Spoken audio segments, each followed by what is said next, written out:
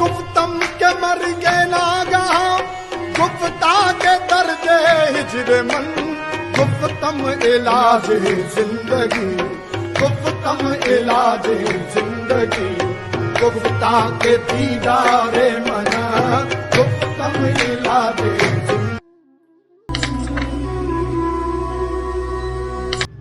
اگر آپ کے کسی انسان کے ماں باپ کی دعا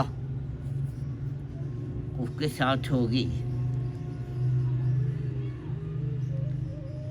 جتنی بھی دعا انہوں نے دی ہوگی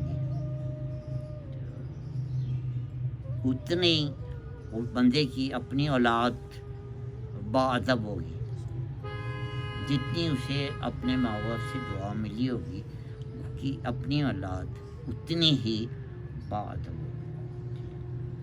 جو فیض جو ہے وہ ماں باپ کی دعا کا ہے، جو اولاد کی شکل میں ملتا ہے.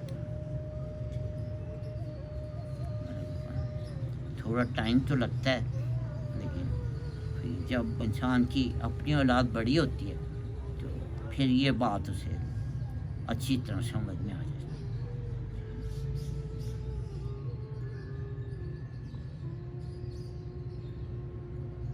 آج یہ جوانوں کو کہا بابا نے کہ آج یہ بات میں جو کر رہا ہوں یہ تمہارے ماں باپ کے لیے کر رہا ہوں کہ بزرگوں کو احترام کرو. کل یہی بات تمہارے لیے ہو جائے گی. سمجھ گئے نا؟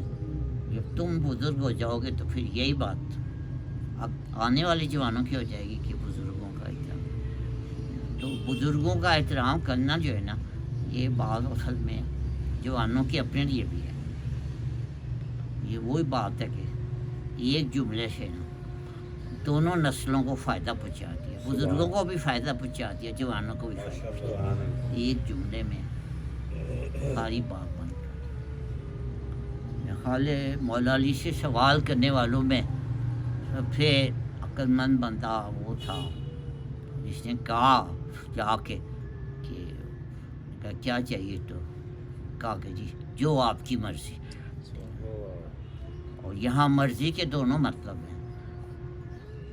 کسی کو وہ دوسرا مطلب شاید واضح نہیں ہوا، کسی کو وہ جو مرضی دے دیتے ہیں، اور ایسا بھی سوال ہی ہوتا ہے جس کو وہ اپنی مرضی دے دیتے ہیں.